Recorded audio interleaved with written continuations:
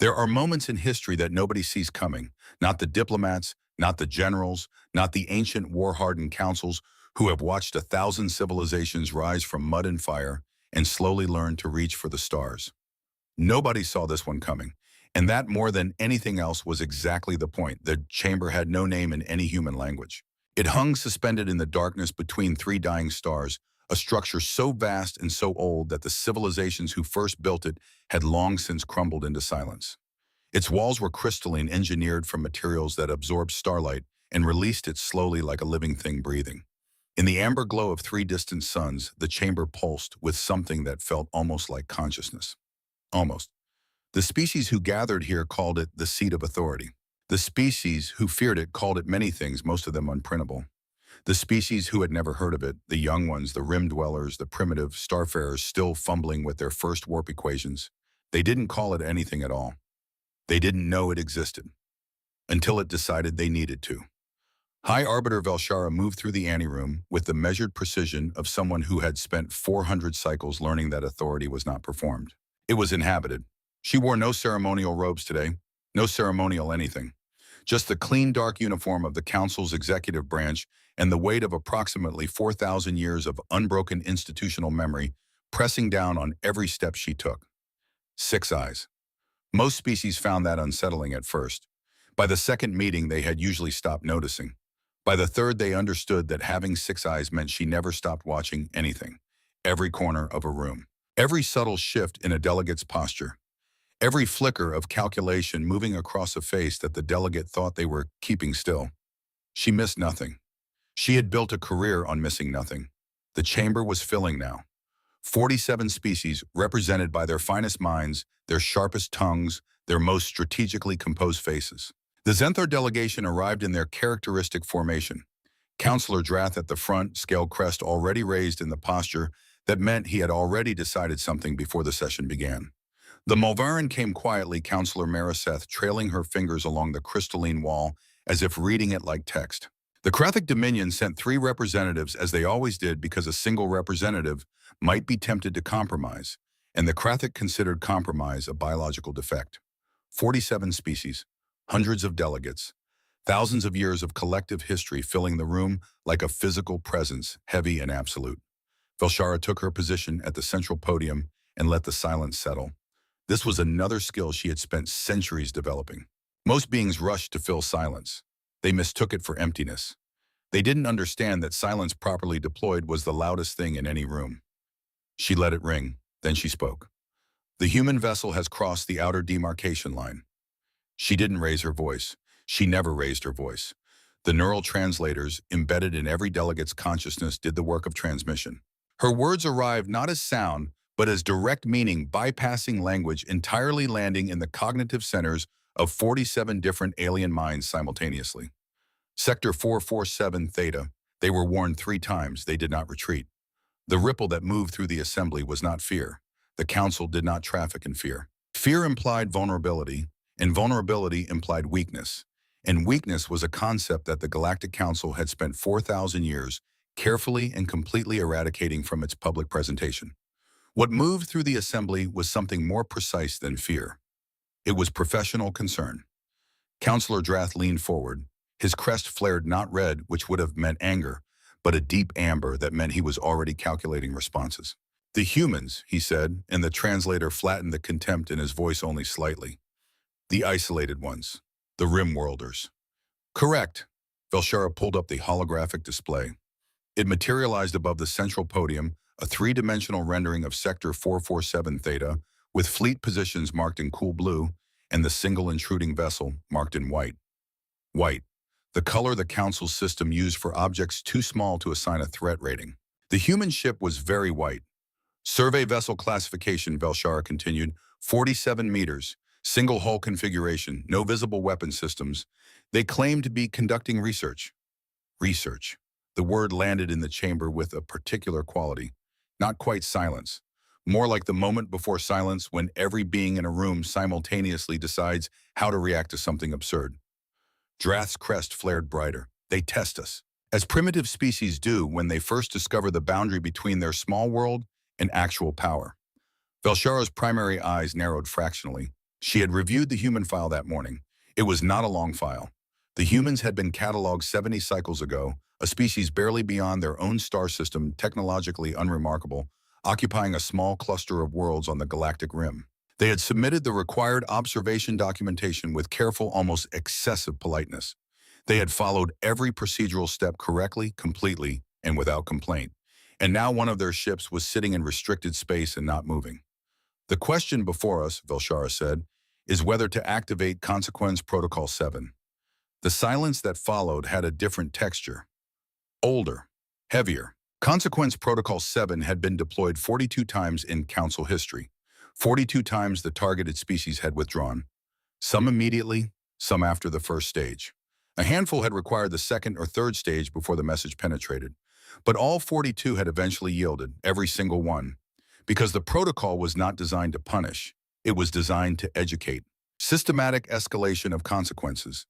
Each stage more severe than the last, each one calibrated to demonstrate with perfect clarity that defiance of the Council was not a strategic option.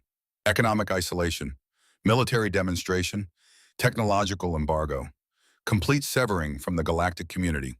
The protocol was 4,000 years old. It had never failed. Perhaps, offered Counselor Mariseth, her voice carrying the characteristic musical quality of the Mulverin, they simply don't understand the gravity of their situation. The humans are young, they may not grasp what they've done. Coordinator Thiex's response was immediate. They were warned in 17 languages, including their own primary dialect. They acknowledged each warning individually. A pause. And then they proceeded anyway. And Drath's crest settled into the flat, decisive posture that meant he had already made up his mind 3 exchanges ago and was waiting for everyone else to catch up. Then they are either fools or arrogant. In either case, the solution doesn't change. Murmurs of agreement moved through the chamber like a tide. Velshara accessed the protocol interface. Her neural implants connected to the Council's vast bureaucratic network, a system so deeply integrated into galactic infrastructure that activating a protocol was less like issuing a command and more like adjusting a fundamental fact about the universe. Very well. I am initiating Consequence Protocol 7. Stage 1, Economic Warning. The display shifted. Trade routes appeared across the galactic map, thousands of them, the capillary system of commerce that kept 47 civilizations functioning. With a thought, Velshara began closing doors. One by one, trade routes to the human territories went dark. Not destroyed, simply closed. Every council species would receive the directive simultaneously. No commerce with humanity. No resources. No technology. No communication.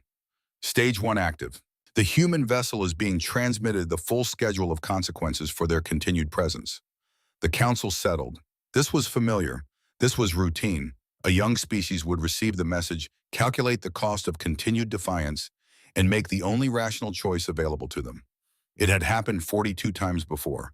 It would happen 43 times now. The chamber waited with the comfortable patience of an institution that had never been wrong. 15 minutes passed. The human vessel has acknowledged our transmission, reported Coordinator Thiexa, his compound eyes reflecting data streams. Trajectory unchanged.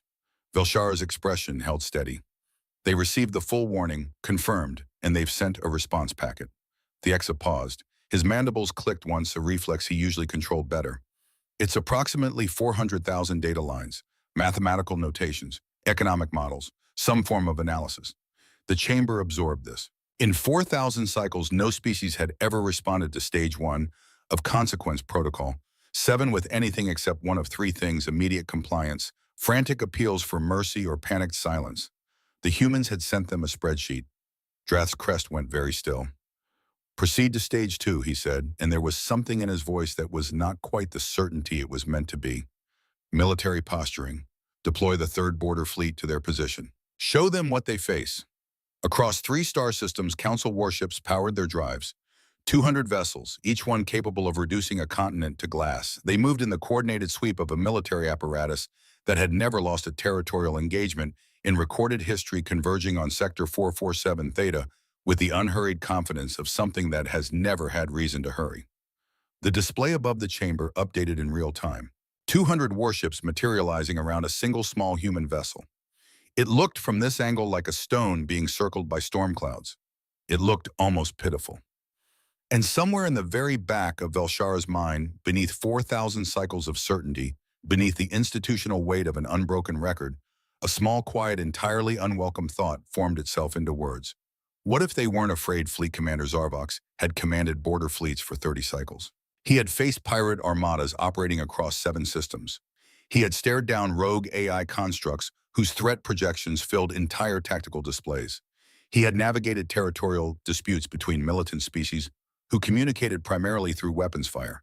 He had never seen anything quite like this. "Sensor sweep complete," his tactical officer reported. The young officer's voice carried the tone of someone reading a document that says something the document should not be capable of saying. "Human vessel measures 47 meters. Single hull configuration.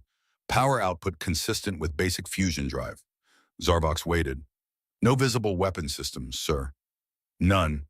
None." Zarvox stared at the display. 200 warships, perfect formation. The kind of overwhelming force that had, over 30 cycles of border command, caused every species he had ever deployed it against to immediately and completely reconsider whatever choices had brought them to this moment. And at the center of it all, a 47-meter research vessel. No weapons, no defensive screens worth mentioning. They entered restricted space in an unarmed survey ship. "Yes, sir." Zarvox's spines flattened against his skull. Species that violated council space came in warships. They came ready to fight or ready to flee. The form varied, the underlying logic never did. You entered someone else's territory carrying the means to defend yourself. That was not aggression. That was simple physics. The humans had come in a research vessel, an unarmed research vessel, with apparently 3 crew members and what his sensors were suggesting was a very sophisticated computer array taking up most of the available interior space. "Transmit stage 2 warning. Full fleet power signature. I want them to understand exactly what they're looking at." The transmission went out, a detailed catalog of fleet capabilities, projected casualty timelines, the precise sequence of events that would follow if the human vessel did not immediately alter its course. 200 warships, 4,000 crew, weapons capable of reducing their vessel to its component atoms in less time than it took a human heart to complete a beat. The response arrived 7 minutes later. Zarvox's communications officer opened it, read it, went very quiet, then turned around with the expression of someone who has just discovered that the map they've been using is completely wrong about the shape of the territory. "Sir, they've sent another data packet." "How large?" "Larger than the first by a factor of 10. "What kind of data?" "Tactical projections, sir. Fleet formation analysis. Probability matrices for engagement scenarios." He paused. "They've calculated our fuel consumption rates, optimal firing solutions for every weapon system we're carrying, estimated response time for council reinforcements." Silence on the bridge. "They analyzed our fleet in 7 minutes, Zarvox said slowly. "Yes, sir. Our formations are classified. Our capabilities are—" "They didn't guess, Commander." The officer looked up, his eyes holding the expression of someone standing at the edge of a very large drop. "They measured spectroscopic analysis of our drive emissions, gravitational displacement calculations, heat signature, profiling from every weapons array." He exhaled. "They've reverse-engineered our entire tactical doctrine from passive observation." Zarvox sat very still in his command chair. In 30 cycles of border command, he had expected many things from vessels surrounded by his fleet. He had expected terror. He had expected desperate last transmissions. He had expected the particular kind of defiance that species sometimes performed when they knew they were beaten and wanted to die with dignity. He had not expected homework. "What else is in the packet?" The officer checked. "A note, sir. Plain text." He read it, looked up, read it again. "It says we acknowledge the consequences. Calculations attached." The bridge was very quiet. Outside the viewport, 200 warships held their positions around a 47-meter research vessel that was doing nothing more threatening than existing. And somewhere in the human ship, someone had finished their analysis, attached it to a message, and sent it to the most powerful military commander in this sector of the galaxy. "We acknowledge the consequences. Calculations attached." Zarvox had spent 30 cycles learning to read situations. Every instinct he had developed over those 3 decades was now quietly and insistently telling him the same thing. He was the one who was not prepared for this meeting. Aboard the human vessel, it was 1847 hours ship time. Commander Sarah Chen sat in the compact bridge with her hands folded in her lap, her posture relaxed in the way that people who have prepared very thoroughly for very difficult things are sometimes relaxed. Not careless, not confident in the performative sense. Something quieter. The composure of someone who has run the numbers so many times that the numbers have become almost familiar. The bridge was small. The entire vessel was small. 47 meters of carefully allocated space every cubic centimeter serving a specific purpose.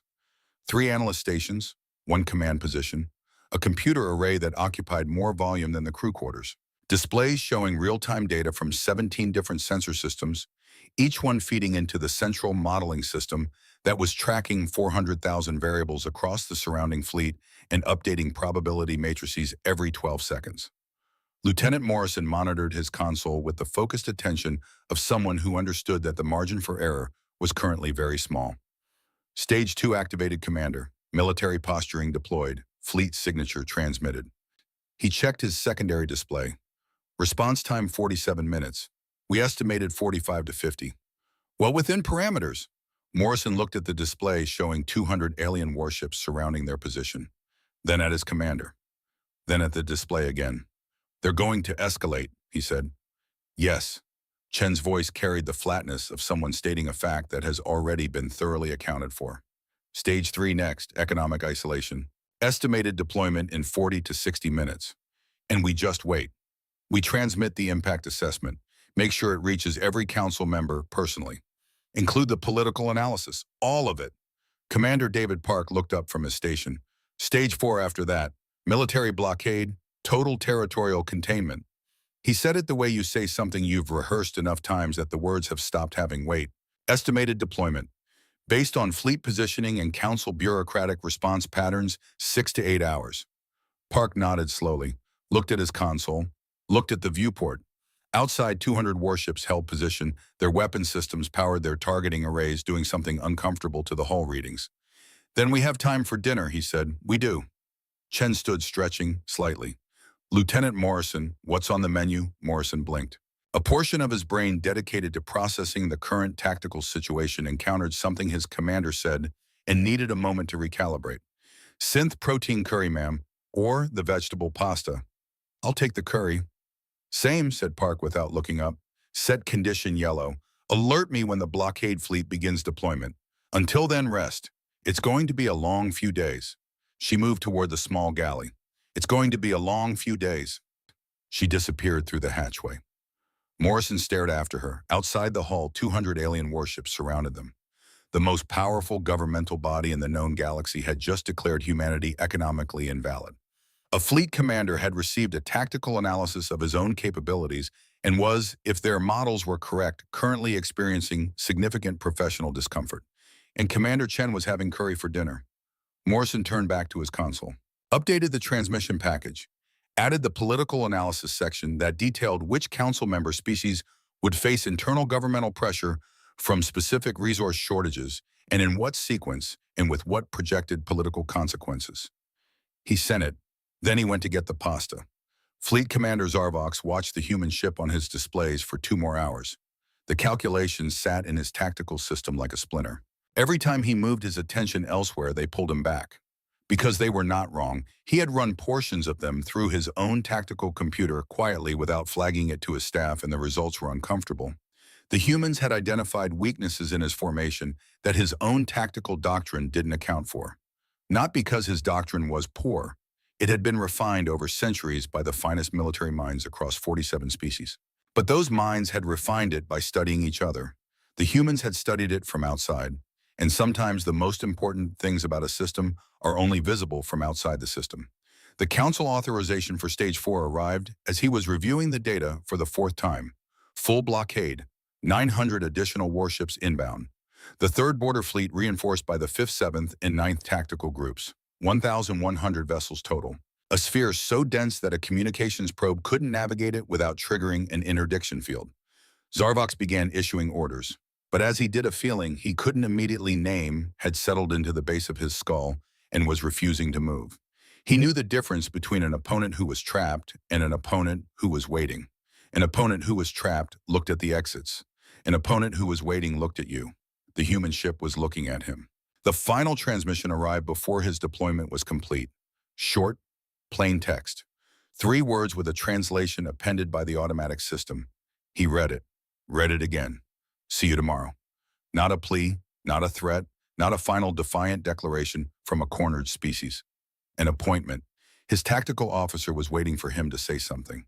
30 cycles of command had given Zarvox very good control over his expressions, and he used all of it now to keep his face carefully neutral as he finished issuing the blockade deployment orders.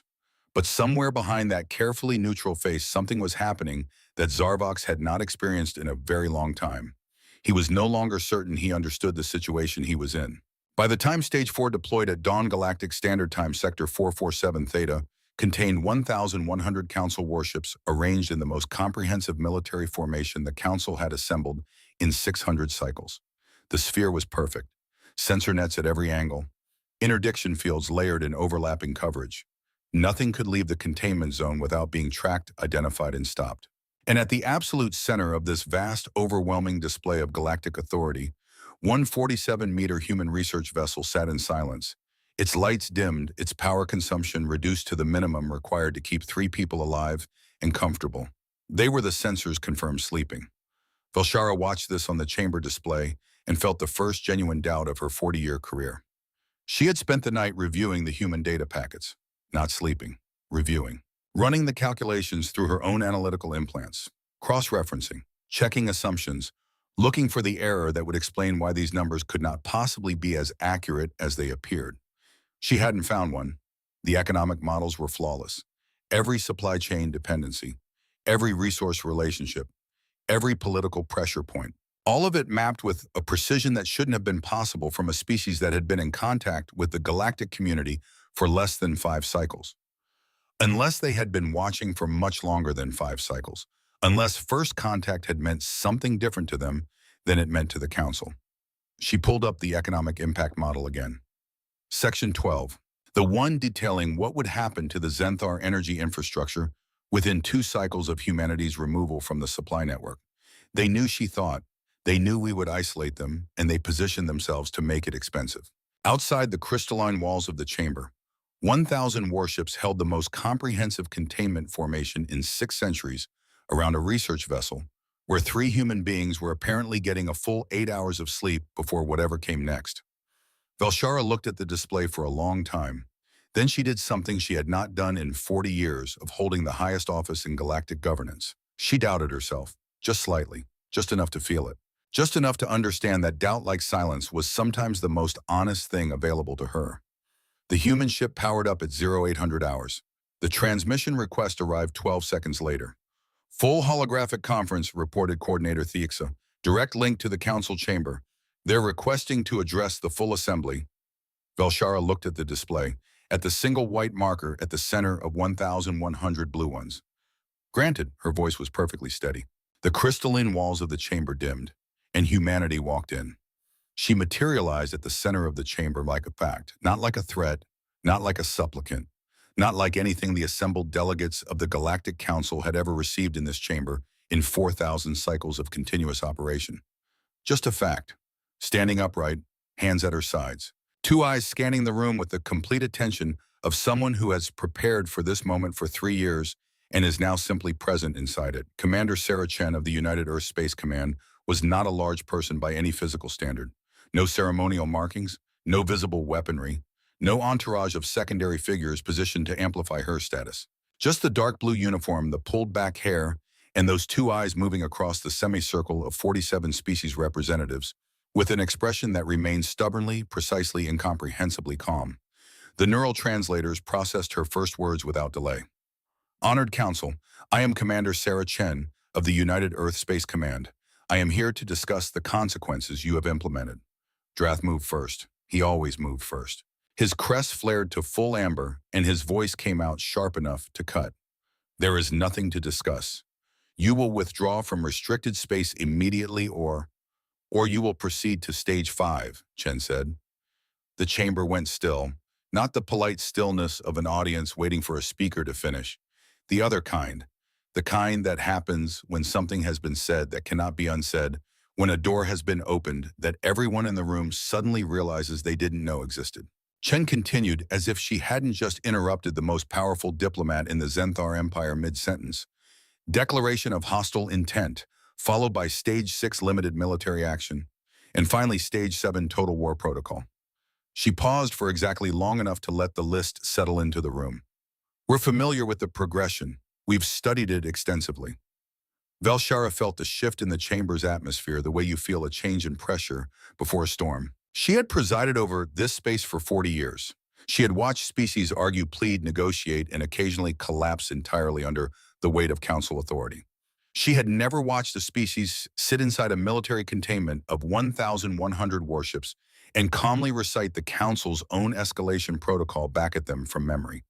You think you understand council protocol, she said carefully. Not think, High Arbiter. Chen made a small gesture with her right hand. The space around her came a lembetism. Data streams materialized in three-dimensional cascades spiraling outward from her position in complex interlocking formations.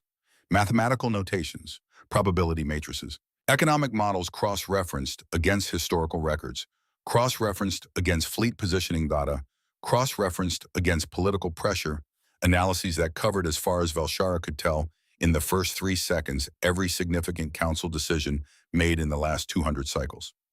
We have analyzed 4,000 cycles of council enforcement actions, Chen said, 273 applications of consequence protocol in their complete form. Success rate 100%.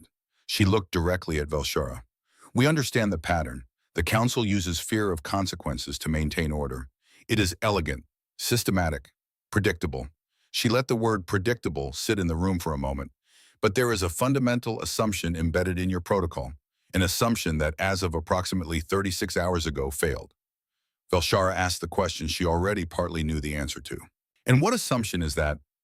You assume that species respond to consequences emotionally, Chen said. That fear is the deterrent. That when a civilization sees overwhelming force arrayed against it, the emotional response, terror, desperation, the instinct to survive overrides everything else and produces compliance. She looked across the chamber. Humans don't fear consequences. High Arbiter, we calculate them. The data streams around her coalesced. What had been a storm of individual figures reorganized itself into a single massive structure, a model so comprehensive that several delegates instinctively leaned back from it as if proximity to that much organized information might be dangerous. Velshara recognized it immediately with the part of her mind that processed threat assessments. It was a complete map of the galactic political landscape. Every species, every alliance, every economic dependency, every military capability, every historical grievance and unresolved territorial claim and quiet resentment that had been simmering beneath 47 years of enforced diplomatic courtesy. All of it rendered in mathematical precision, interconnected and weighted and annotated, with a depth of analysis that would have taken the Council's own research division years to produce. The humans had produced it from the outside, in less than 3 years. This is Scenario Matrix 7, Chen said. 847 possible conflict paths between humanity and the Council calculated from the moment we entered Sector 447 Theta. Each scenario accounts for fleet movements, economic variables, political pressures, technological capabilities, and approximately 4,000 other factors. Drath laughed. The sound was harsh, and it echoed in the chamber, with underneath the harshness the quality of someone who is laughing because the alternative is considerably worse. You think you can predict what we don't predict, counselor, we calculate. Chen pulled a subsection of the matrix to the foreground. Numbers reorganized, color-coded pathways branched and intersected. In 831 of these scenarios, she said, the Council loses completely. Your fleets are destroyed, your economies collapse, or your political structure fractures under internal pressure. The timelines vary. Some take 2 cycles, others take 20. But in 831 out of 847 scenarios, the mathematical outcome is the same. Drath surged to his feet. We have 1,100 warships surrounding you. We control 47. You have 47 species with competing interests, Chen said. Her voice did not rise. It did not need to. We have mapped every political fault line in this council. The Zenthar expansion ambitions that directly conflict with Mulvaran territorial claims in the Outer Rim. The Krathic economic dependence on resources that Councillor Drath's empire wants to monopolize. The 17 minor species who have been marginalized in council decision-making for 6 consecutive cycles and are measuring the distance between their current status and their threshold for alternative arrangements. She pulled up a new model. Velshara watched it materialize and felt something she could only describe as vertigo. Not physical, cognitive. The sensation of looking at a reflection and seeing something you didn't know was there. The model showed the council's internal dynamics, not as the council saw them, not as the carefully managed consensus that decades of diplomatic practice had constructed, but as they actually were. The real pressure points, the real fault lines, the real calculations that each species government was running behind the public positions they presented in this chamber. It was like watching someone peel back a surface to show the structure underneath. Scenario 214, Chen continued. We provoke a conflict that forces the council to commit its full military capacity. The conflict lasts 14 months, you win technically, but the economic cost of full military deployment fractures your supply agreements and the Mulverin withdraw from 3 critical resource sharing treaties. 4 other species follow within 1 cycle. Within 2 cycles, the council loses quorum. She paused. You win the war, you lose the institution. A new model replaced it. Scenario 445, we surrender immediately. We accept all terms. We spend the next 10 cycles quietly building economic dependencies across council infrastructure. None of them large enough individually to trigger review, all of them collectively amounting to 17% of your critical supply chains. Then we renegotiate from a position you cannot refuse. Another. Scenario 733, we fight, we lose. Humanity is set back 200 cycles. But in the process of defeating us, you are forced to reveal your complete military capabilities to your own member species. The Zenthar see exactly how powerful the Krathic have become. Old rivalries that have been managed through careful information opacity are now fully visible. The peace you have maintained by keeping your members slightly uncertain about each other's real strength begins to crack along lines that were always there. Model after model, scenario after scenario. Each one rendered with the same clinical precision. Each one following the mathematical logic to its conclusion without flinching from what the conclusion meant. The chamber was not silent anymore. It was breathing. 47 species processing the same information and arriving at slightly different speeds at the same uncomfortable destination.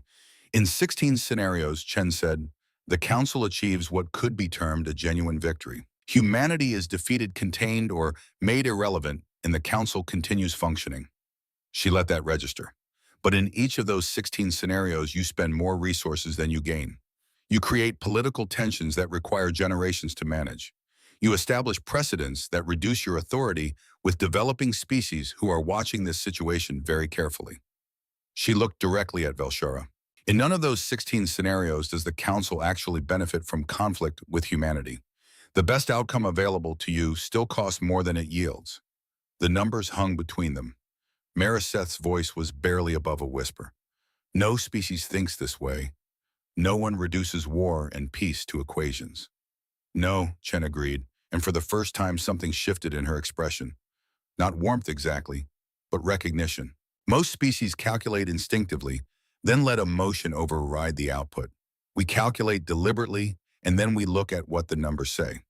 She gestured, and the final display materialized. This one was different. Clean. The current situation rendered in pure mathematics. 100 warships, 1 human vessel, economic sanctions in place, political observers watching from the sector boundary, every variable labeled and weighted and connected to its downstream consequences. And beneath it, updating in real-time numbers cascading as the council's own responses fed back into the model. Right now, at this moment, Chen said, I can tell you exactly what happens next. She pulled up the Stage 5 probability tree. If you proceed to Stage 5, you declare hostile intent. Your fleet powers weapons. We transmit the complete scenario matrix to every independent observer currently monitoring this sector. Its percentage values appeared alongside each branch. 67% probability that your own member species begin internal debates about the strategic wisdom of open conflict with an analytical unknown. 43% probability that at least one species formally demands negotiation before weapons are fired. 92% probability that your military expenditure triples within the first month. She advanced to Stage 6. Limited military action. 34% probability. We respond in ways your current models do not anticipate. 78% probability that other species interpret your limited strike as precedent for their own unresolved territorial grievances. 5% probability of galactic-scale conflict within 2 cycles. Velshara's voice was very quiet. And stage 7. The display changed one final time. The numbers were worse, considerably worse. Total war with humanity gives you a 96% probability of military victory on a 200-cycle timeline, Chen said, at a cost that will bankrupt 40% of your member species. With political instability that our models estimate has a 41% chance of ending the Council as a functional governing body within 300 cycles. The chamber had gone beyond silence. It had reached the condition that exists on the other side of silence, the place where the absence of sound becomes its own kind of presence. Drath said, his voice stripped of everything except the basic function of forming words. These calculations are impossible. No species could. We brought our work. Chen gestured. Every council member's personal neural interface chimed simultaneously. Velshara felt hers, a pulse in her implants, the sensation of a very large file arriving. She opened it, and the contents began scrolling. 18,000 pages. Every calculation, every assumption labeled and sourced, every variable with its derivation explained. Every model showing not just its output, but its entire methodology laid open for inspection, for challenge, for independent verification. Not because the humans were confident it was right, because they were confident enough to let the council check. You wanted us to fear consequences, Chen said. But fear is an emotion high arbiter. Emotions can be overcome by courage, by desperation, or by simple irrationality. Something in her expression shifted by a degree that was almost imperceptible and somehow completely clear. Mathematics, however, is absolute. Velshara said nothing. The chamber said nothing. And the data scrolled. It took the council 6 hours to find 3 errors. Mariseth presented them during the emergency recess, her melodic voice carrying something that was not quite fear and not quite awe, but existed in the territory between them. Her species-independent analysts had worked without pause since the holographic conference ended, running the human calculations through their own modeling systems, looking for the places where the math broke down. They found 3. All 3 errors were in our favor, Mariseth said. She said it carefully, as if the words required handling. In each case, the humans underestimated their own advantages. They calculated our military response times as faster than they actually are. They modeled our economic resilience as stronger than our internal assessments indicate. They estimated our political cohesion as more stable than the actual state of our alliance agreements. She paused. They weren't giving us nightmare scenarios. They were being conservative. The council chamber absorbed this. Velshara had spent the recess reviewing the 18,000 pages with the dedicated focus of someone who has been presented with something that will define the rest of their career. She had not slept. She had not eaten. She had moved through section after section of the human document with 6 eyes and 40 years of analytical experience and the growing, unavoidable recognition that the math was sound, not approximately sound, not directionally sound with some errors at the margins. Sound. My military analysts reached the same conclusion, said Counselor Theixa, his mandibles moving in the rapid pattern that meant extreme agitation. In the scenarios where the Council achieved tactical victory, the humans calculated our casualties as 15% lower than our own tactical computers project. They consistently gave us the benefit of the doubt. Drath's crest had faded to the dull gray of certainty being dismantled and the replacement not yet arrived. It could still be manipulation, a sophisticated deception designed to what end, Mariseth said. If they wanted to intimidate us, they would have shown worst-case scenarios. They showed realistic ones. If they wanted to deceive us, they would have hidden their methodology. They gave us 18,000 pages of it and invited us to find the errors. She looked at Drath with the patience of a species that had arrived at a conclusion before everyone else in the room. They're not trying to conquer us. They're trying to make us think. Velshara set down the section she had been reviewing. The transmission, the scenario matrix, the EXA confirmed it was broadcast on an open frequency. Low power but detectable. The EXA confirmed. 17 independent observerships at the sector boundary. The Neutral Trading Consortium has 3 vessels currently reviewing the human data. The Independent Worlds Alliance has dispatched a diplomatic courier. He paused. 12 council member species have already forwarded the human materials to their home governments for independent analysis. What had begun as a routine enforcement action had become in the space of 36 hours a galactic event. The scenario matrix was spreading through the political ecosystem of the known galaxy with the velocity of information that is both verifiable and deeply inconvenient to the existing order. We have to negotiate, Mariseth said, not because we are weak, because the mathematics are clear. Escalation costs more than it yields. It has always cost more than it yielded. The humans simply calculated it before we did. Drath's crest stirred. The gray was beginning to shift towards something more uncertain. If we negotiate now, every species in the galaxy sees us yield to a single unarmed research vessel. The precedent. Every species in the galaxy, Mariseth said, is currently reading 18,000 pages of mathematical proof that our protocol has a structural weakness. The precedent is already set. The only question now is whether we respond to it with wisdom or with pride. Velshara closed the document she had been holding. 40 years of presiding over this chamber. She thought about what Chen had said in the holographic conference, about systems built on unquestioned assumptions, about vulnerabilities that only become visible from outside. She thought about the 3 errors her analysts had found, all in the Council's favor. She thought about a species that had spent 3 years building mathematical models instead of warships and had chosen to walk into the most dangerous moment of their civilization's history, carrying a spreadsheet instead of a weapon. Reconvene, she said. I want every military analyst and every economic advisor and every political strategist we have standing by with their independent verification of the human calculations. She stood. We have 1 hour. Aboard the human vessel, Morrison was watching probability numbers update in real time and doing the particular kind of breathing that humans do when they are trying not to let their internal state affect their professional presentation. Council's in emergency session, he reported. Encrypted communication volume up 400% across member species channels.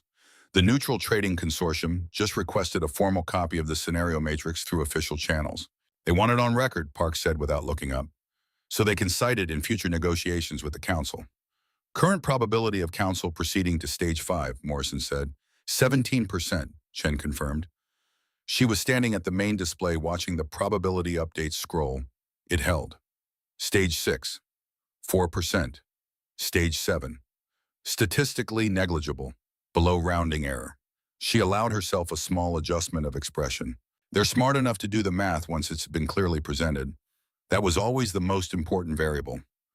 A new alert chimed. Morrison checked it, then looked up with the expression of someone releasing tension that had been building for 2 days. Commander, incoming transmission from the Council. They're requesting negotiation talks. Direct channel. High Arbiter Velshara wishes to speak with you privately. Chen nodded, unsurprised. Patch her through. She moved toward the briefing room. And start preparing Scenario 651, the negotiated settlement framework. Morrison called after her. You already calculated this outcome. 83% confidence. Chen confirmed and the hatch closed behind her. Velshara's hologram appeared in the briefing room looking for the first time since this had begun, like someone who had been working very hard for a very long time. Commander Chen, she said, your calculations. My analysts have spent 6 hours reviewing them.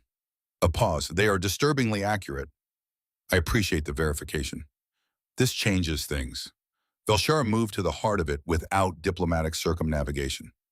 They were past that.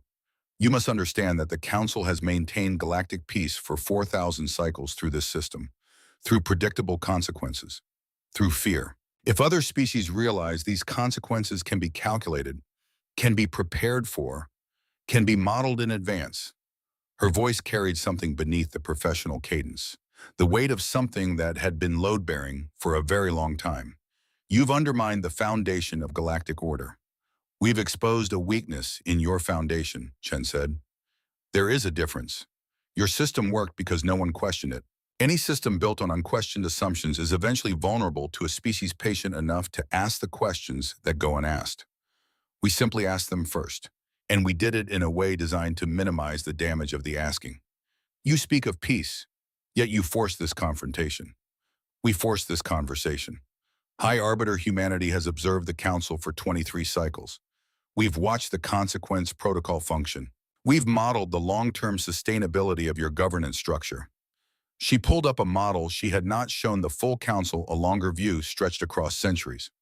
Your system is perfectly designed for external threats and primitive species, but you are increasingly dealing with civilizations that have the time and capacity to study you, to learn your patterns, to calculate optimal responses. The model showed fracture lines emerging over centuries, slowly at first, then accelerating. Eventually, someone would do what we did.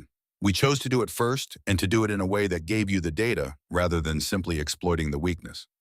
Chen let the model speak for a moment. We are not your enemy, High Arbiter. We are your warning. The distinction matters. Velshara was quiet for a long time. What do you want? She asked finally. Negotiation. Real negotiation? Not capitulation on our side and not capitulation on yours. A framework where humanity participates as a partner, not a subject. A table where decisions are made, not just announced. And a system where consequences are calculated rather than simply threatened. You want us to change the way we have governed for 4,000 cycles. I want you to evolve before entropy forces you to. High Arbiter, we can spend the next 6 months proving that our mathematics was correct. It would be expensive for both sides, devastating in places, and the outcome would be exactly what the models predict. She paused. Or we can spend the next 6 months designing a better system together. One that incorporates what you do best, 4,000 cycles of institutional memory, cultural synthesis, diplomatic precedent with what we do best. Which is, looking at the system from outside and telling you what we see. Velshara looked at her for a long moment. And then something happened that Chen's models had assigned a 12% probability. The High Arbiter of the Galactic Council laughed, not the harsh sound of Drath's contempt, not the musical quality of Mulveran diplomacy, something more private. The laugh of a person who has been presented with a situation so far outside their prepared responses that the only authentic reaction available is the one they weren't expecting to have. You calculated this conversation, Velshara said. The entire exchange, this room, this moment. Down to 74% confidence on your response patterns, Chen admitted, though your laugh was outside my model. Good. The 6 eyes brightened fractionally. It's reassuring to know we can still surprise you. I hope you always do, Chen said, and something in her voice made the words land as more than a diplomatic courtesy. Predictability is useful for mathematics. It is terrible for partnership. Velshara was quiet for a moment that felt lighter than the ones that had preceded it. Very well, Commander Chen. I will bring your proposal to the full council. No promises, but I will present it fairly. That's all we ask. Chen paused before the hologram faded. High Arbiter, one more thing. Yes. Thank you for doing the math instead of the war. That scenario was survivable. I'm glad we do not have to run it. The hologram faded.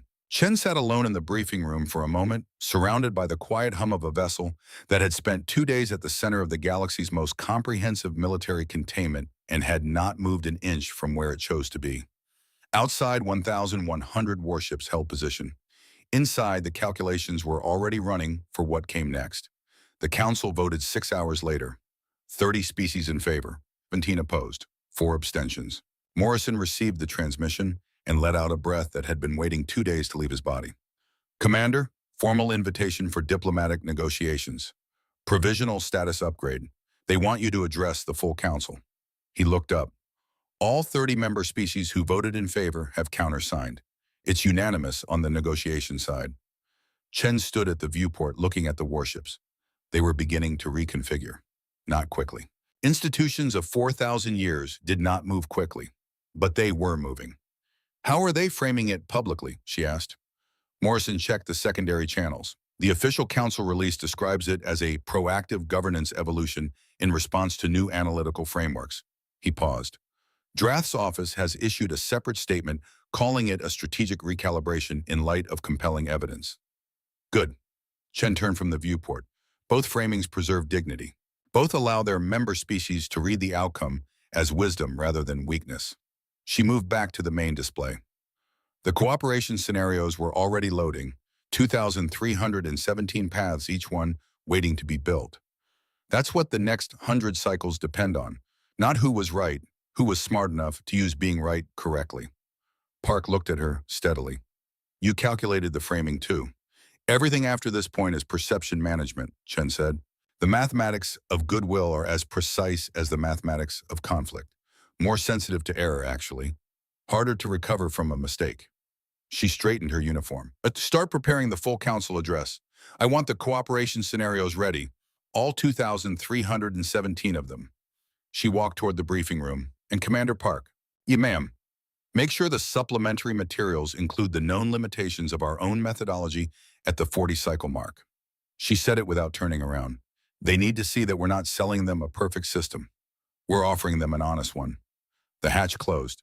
Park and Morrison looked at each other across the small bridge of a 47-meter research vessel that had spent 3 days at the center of the most significant diplomatic confrontation in 4 centuries. She already calculated that they'd ask, Morrison said. She calculated everything, Park said. They went back to work.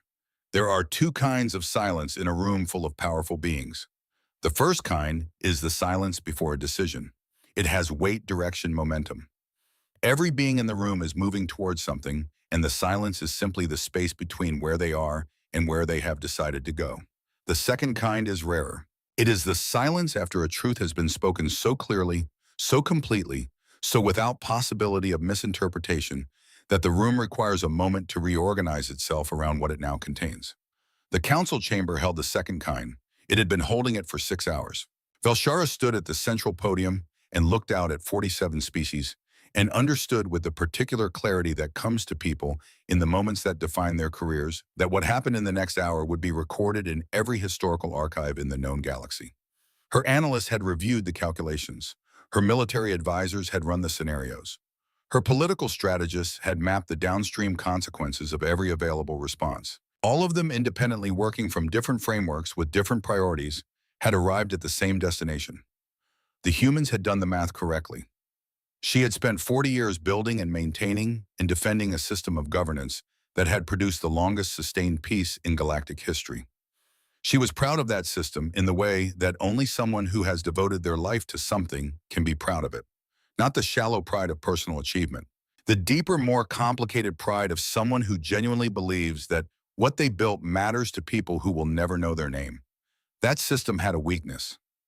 The humans had found it, mapped it, quantified it, and then instead of exploiting it, had handed her the map. She thought about what Chen had said, about systems built on unquestioned assumptions, about vulnerabilities that only become visible from outside. She thought about the 3 errors her analysts had found, all in the Council's favor. She thought about a species that had spent 3 years building mathematical models instead of warships, and had chosen to walk into the most dangerous moment of their civilization's history, carrying a spreadsheet instead of a weapon. The humans have presented us with a choice, she began. Her voice carried into the neural translators of 47 species. It arrived with the weight of a decision that could not be unmade. We can proceed with enforcement protocols. The mathematics are clear about what that costs. We have all reviewed them. We have all verified them independently. She paused. Or we can negotiate a new framework, one where humanity participates not as a monitored primitive species, but as an equal partner in the governance of the galaxy we share. Drath's voice came from the left arc of the semicircle. His crest was still the uncertain gray it had been since his analysts confirmed the calculations. High Arbiter, they have 1 ship, 1 vessel against our thousands. How does 1 ship constitute equality? Equality, Velshara said, is not measured in ships, counselor. She pulled up the scenario matrix one final time. The 847 conflict paths, the 16 scenarios where the Council achieved technical victory and lost something more important. The mathematical architecture of a confrontation that nobody in this room actually wanted. It is measured in capability, and the humans have demonstrated a capability we did not know existed. The ability to look at 47 competing civilizations, 4,000 years of institutional behavior, and the full spectrum of possible conflicts between us, and reduce it all to mathematics that we cannot refute. She let that settle. They did not bring warships. They brought something more dangerous than warships. They brought clarity. Mariseth rose. Her voice had regained its characteristic melodic quality, though it carried underneath it the resonance of a being who has been genuinely shaken and is choosing to speak from that place rather than around it. My species completed our independent analysis 6 hours ago. We found 3 errors in the human calculations. She waited a moment. All 3 were in our favor. In every case, the humans were more conservative about their own advantages than the evidence warranted. She looked around the chamber.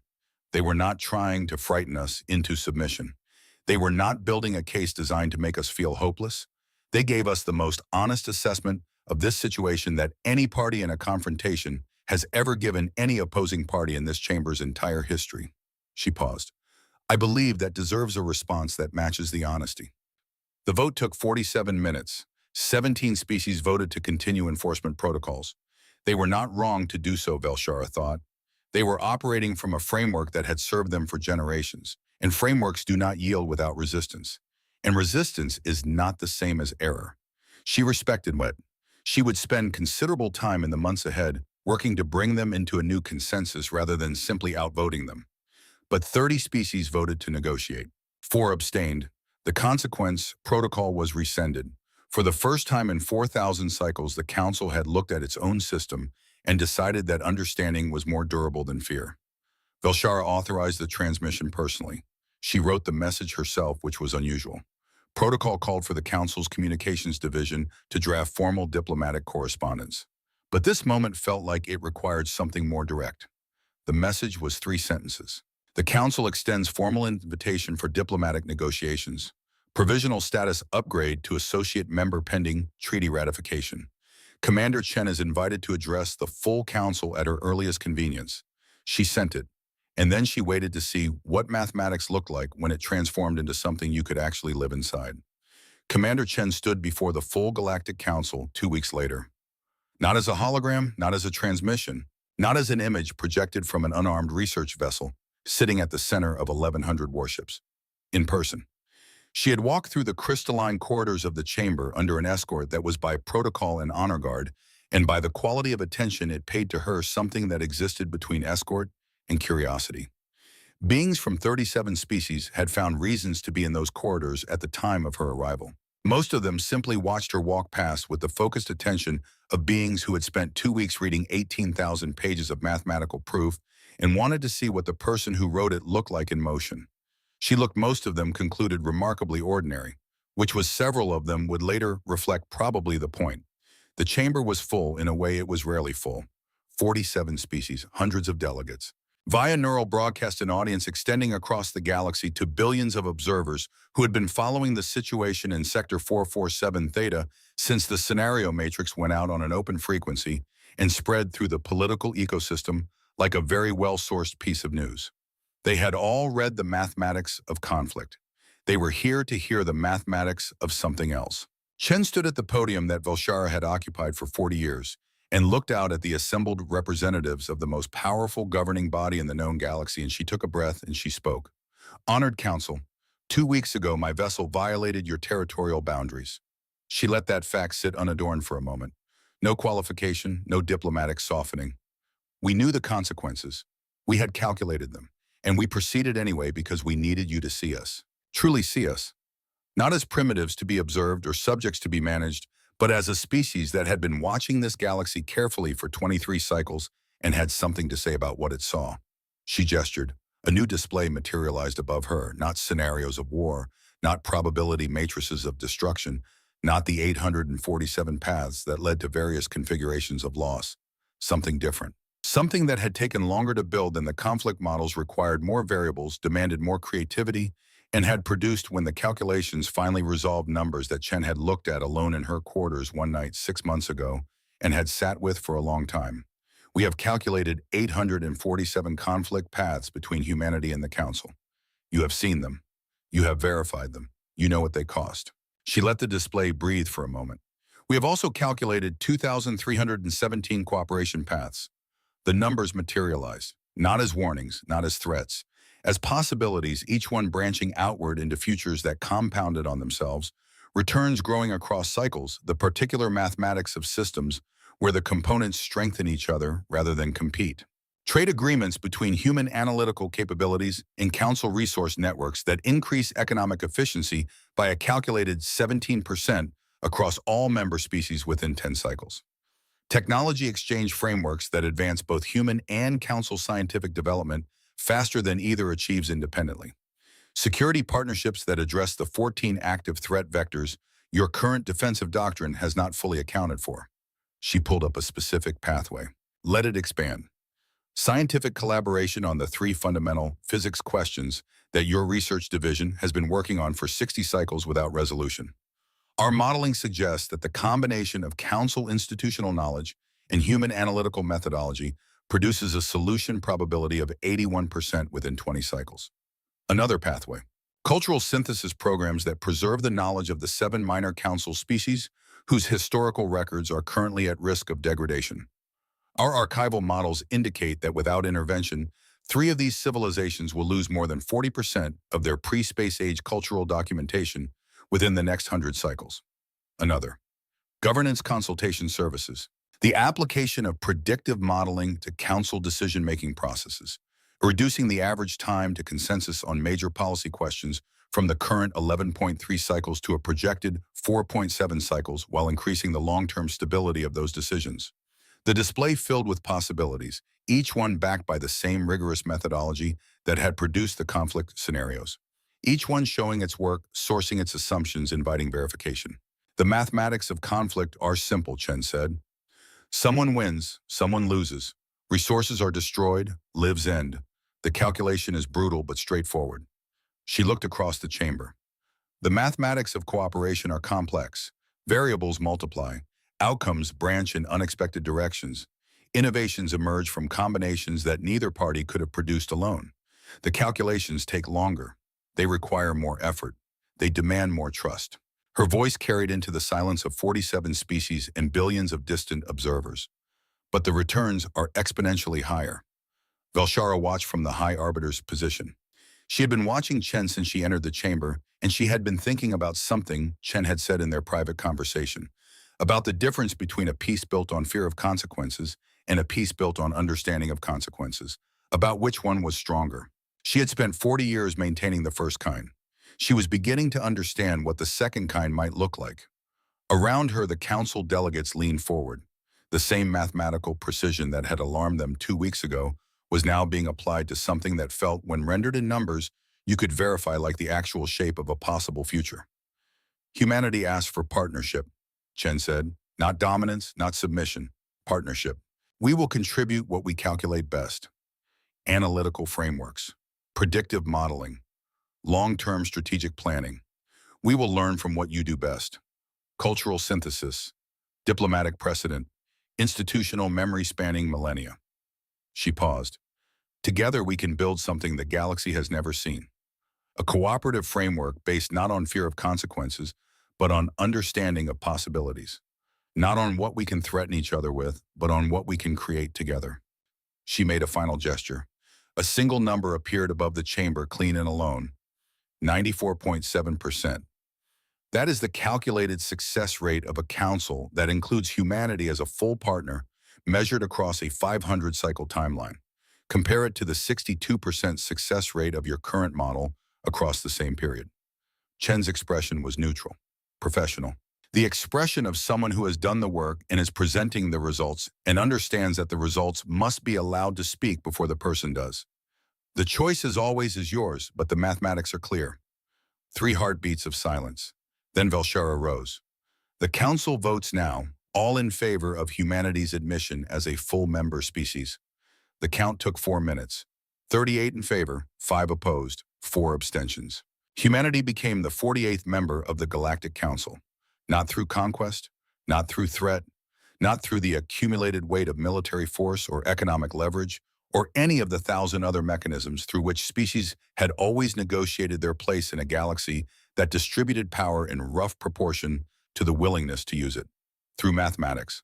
Through 18,000 pages of honest calculation, 3 years of patient preparation, and 1 unarmed research vessel that had refused to move. 6 months later, the quarterly reports were good. Morrison delivered them in the small briefing room of the Council's diplomatic station, standing at a display considerably larger than the one they had used aboard the research vessel, in a room considerably more permanent, representing a status that would have been difficult to explain to the version of himself that had sat at his console 2 weeks into the confrontation, wondering if they were all going to die. Trade agreements performing above projections, he said.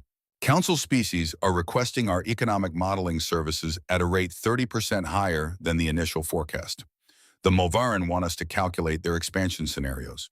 The Zenthar are asking for military optimization analysis. Park leaned back in his chair with the comfortable posture of someone who has stopped waiting for catastrophe. Even Drath's Empire has requested consultation on their industrial planning. He submitted the request himself, Morrison confirmed, in writing, with a courtesy notation. Chen looked up from the section she was reviewing. He used the word courtesy. The translator rendered it as professional appreciation. The Ixa said it was the closest Zenthar diplomatic language gets. Chen returned to her section. Everything proceeding within expected parameters.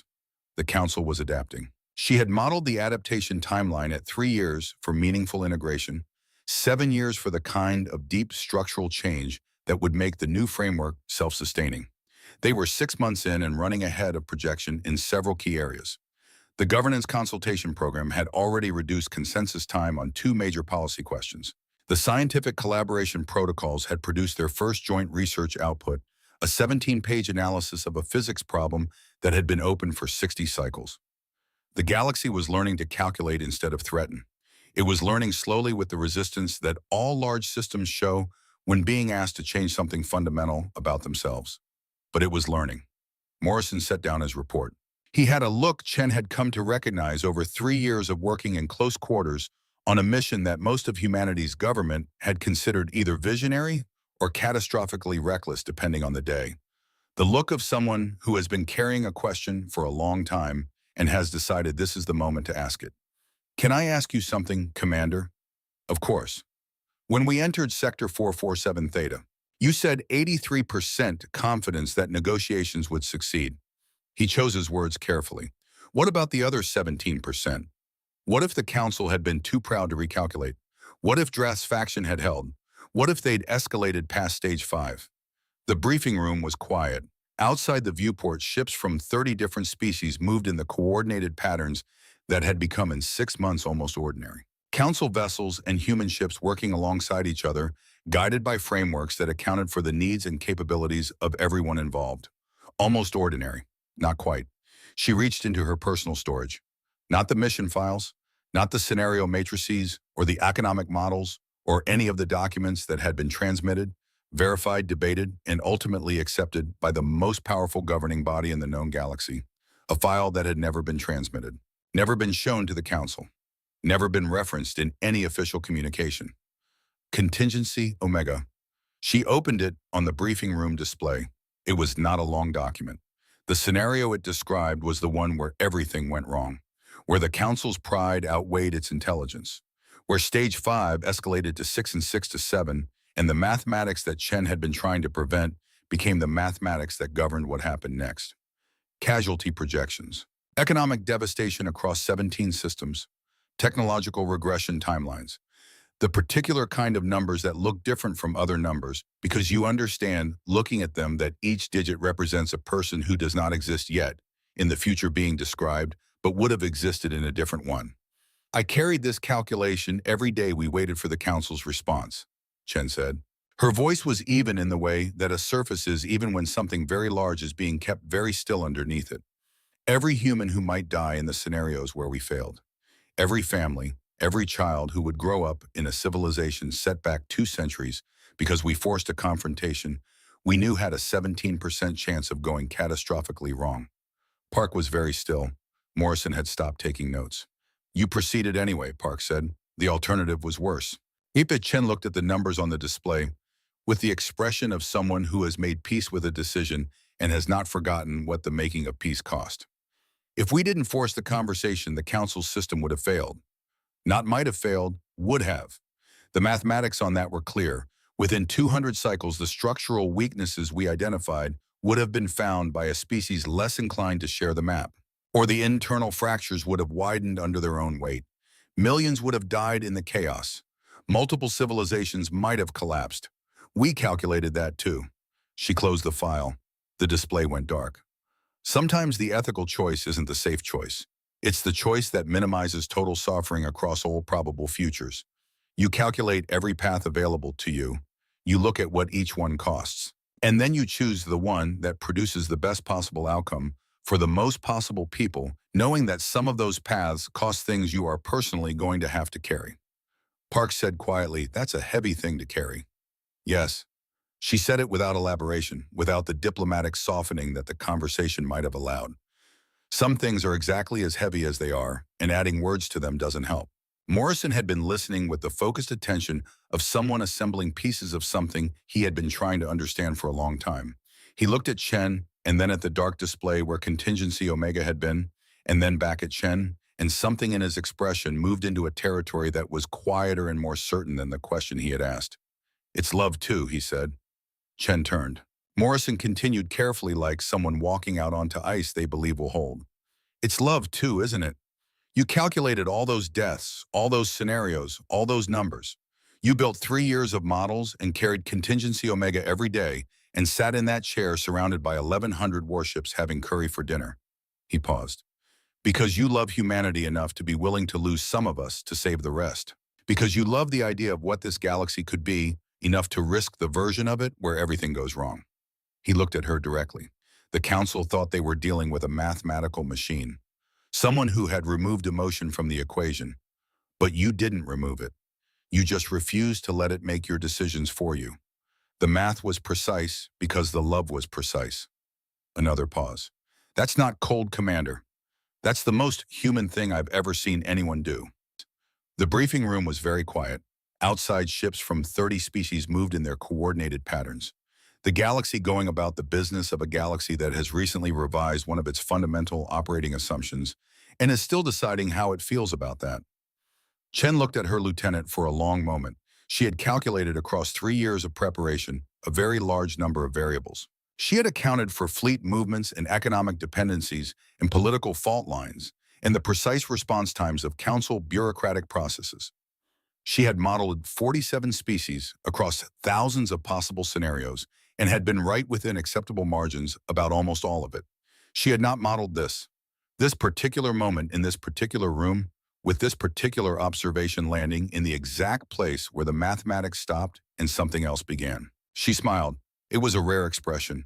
The people who had worked with her for 3 years had seen it perhaps a dozen times, and each time it had the quality of something that was not performed for the benefit of the room, but emerged from somewhere genuine, and was for that reason more affecting than a more practiced version would have been.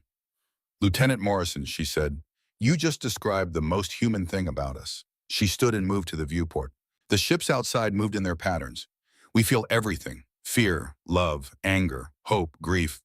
The full catalog of what it means to exist in a body in a universe that is largely indifferent to whether you survive it.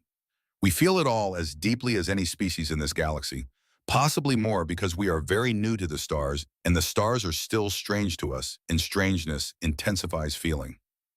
A pause. "We just don't let it make our decisions for us." She turned back to the room.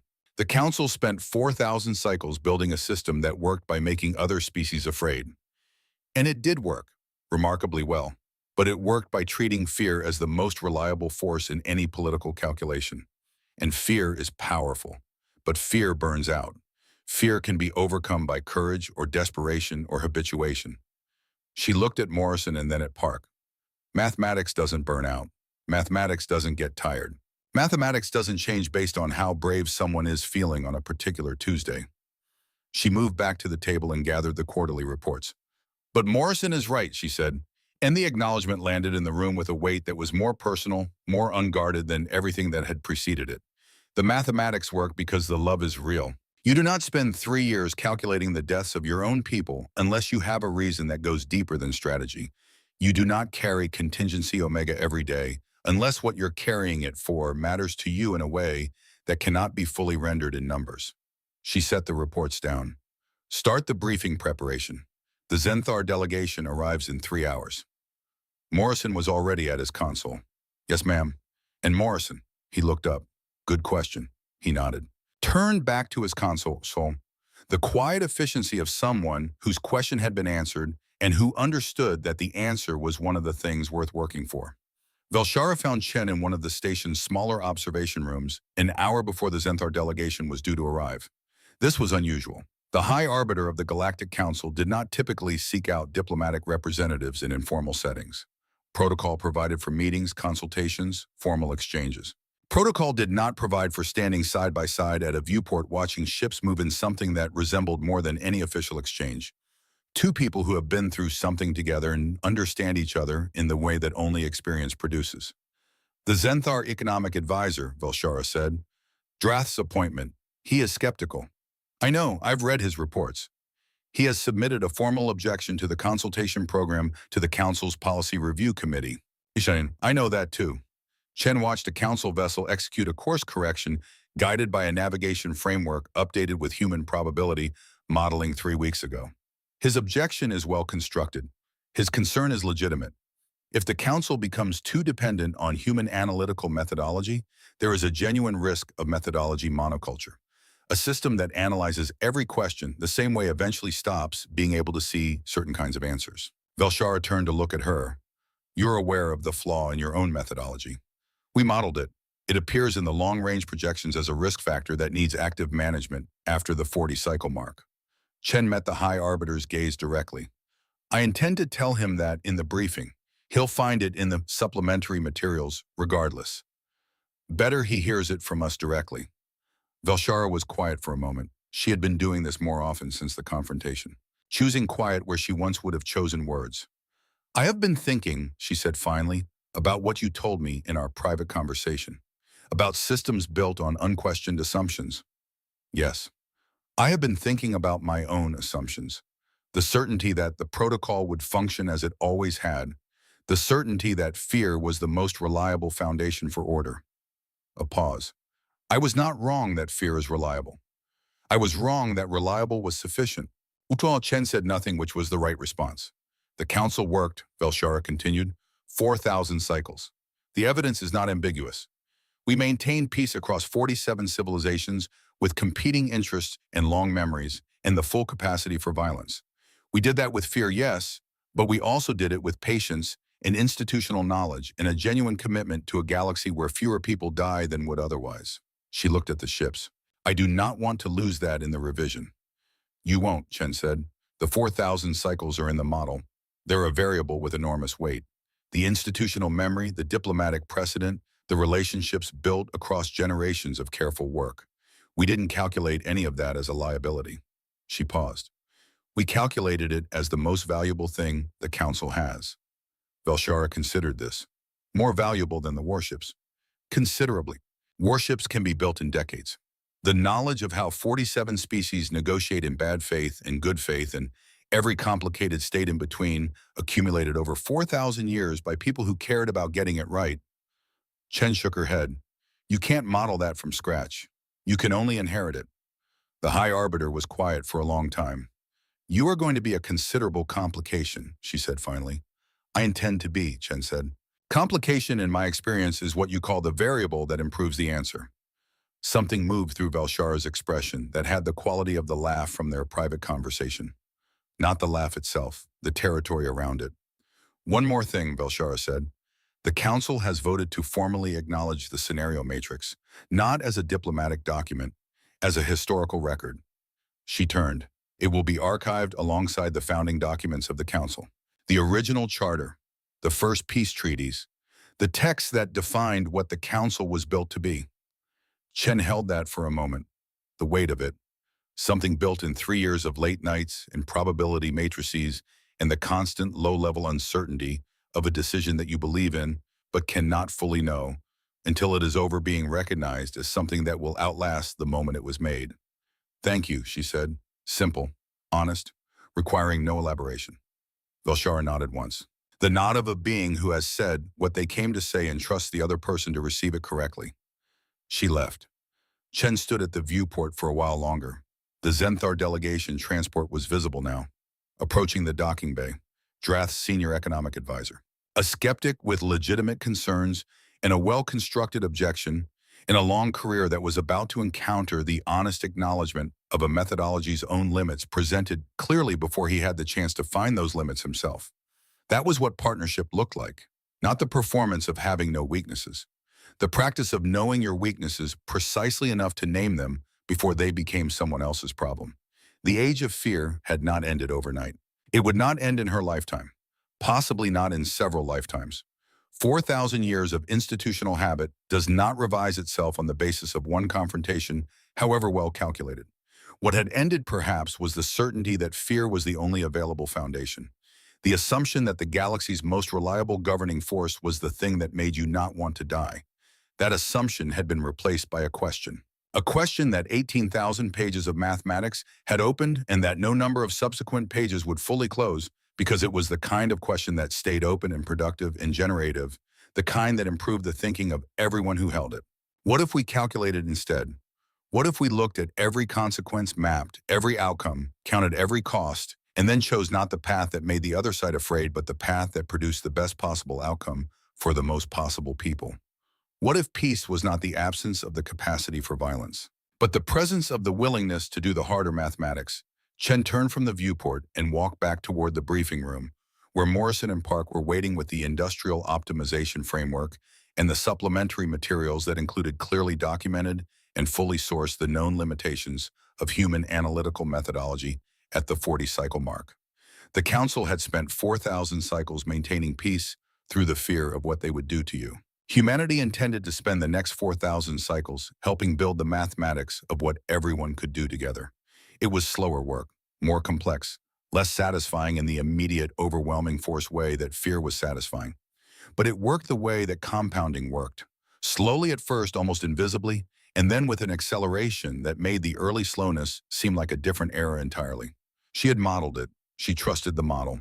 But more than the model, she trusted what Morrison had named in the briefing room. The thing underneath the model that made the model worth building in the first place. The math was precise because the love was precise. That was not cold. That was not the removal of feeling from the equation. That was love made disciplined enough to be useful, rigorous enough to protect the people it was for, honest enough to carry the weight of what it would cost if it was wrong. The briefing room door was ahead. The work was continuing. The galaxy outside did not care about any of this in the way that galaxies don't care about anything, which is completely and without malice. And she found this, as she always had, more honest than comforting, and she preferred honest. The council believed humans would fear consequences. They were wrong. Humans calculated consequences, mapped them, weighted them, held them with the full weight of everyone who would live inside the futures they described. And then they chose. That was not courage. It was not bravado. It was love made precise enough to matter. She opened the door and went back to work.